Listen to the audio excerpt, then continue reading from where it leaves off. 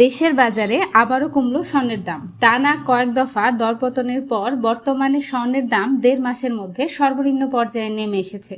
Bangladesh jewellers association BAJUS জানিয়েছে 20 মে বুধবার সকাল 10টা থেকে নতুন দাম কার্যকর হয়েছে।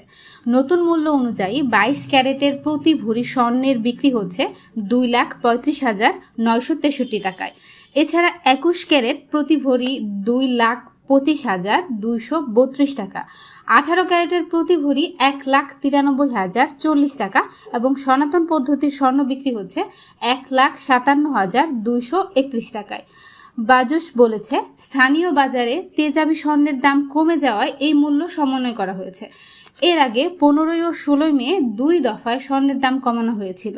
সব মিলিয়ে 3 দফায় ভালো মানের প্রতি ভরি স্বর্ণের দাম কমেছে 8,747 টাকা।